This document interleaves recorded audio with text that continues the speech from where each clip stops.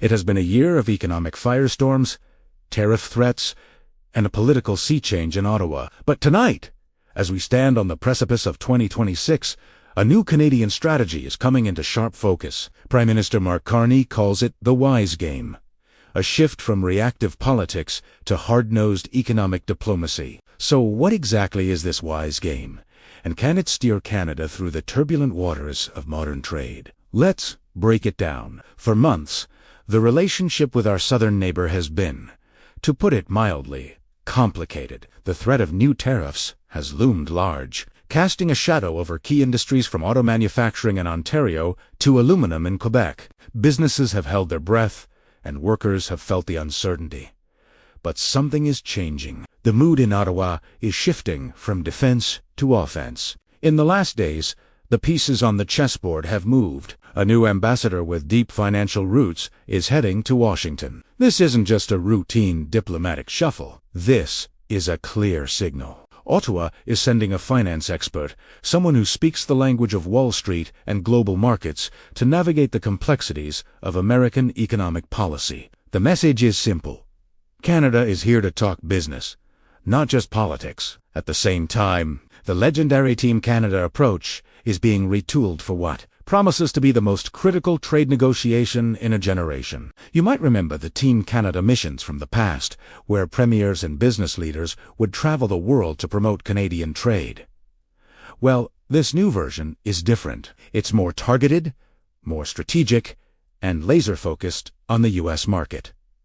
So, what does this retooled Team Canada look like? It's a coalition of the country's sharpest minds. Industry titans, union leaders, provincial premiers, and economic strategists. They're no longer just showing up for photo ops. They are building a unified front, armed with data and a coordinated message. Their goal is to speak with one voice directly to American lawmakers, governors, and business communities, reminding them how deeply intertwined our economies truly are. We're talking about millions of American jobs that depend on trade with Canada. This isn't about pleading. It's about presenting a powerful economic case. This wise game is a two-pronged attack. On one front, you have high-level diplomacy in Washington, led by an ambassador who can navigate the intricate world of finance and politics. On the other front, you have a grassroots-style campaign across the United States, with Team Canada champions reinforcing the message at a state and local level. It's about building alliances not just in the White House, but in state capitals from California to Florida. The strategy recognizes a fundamental truth.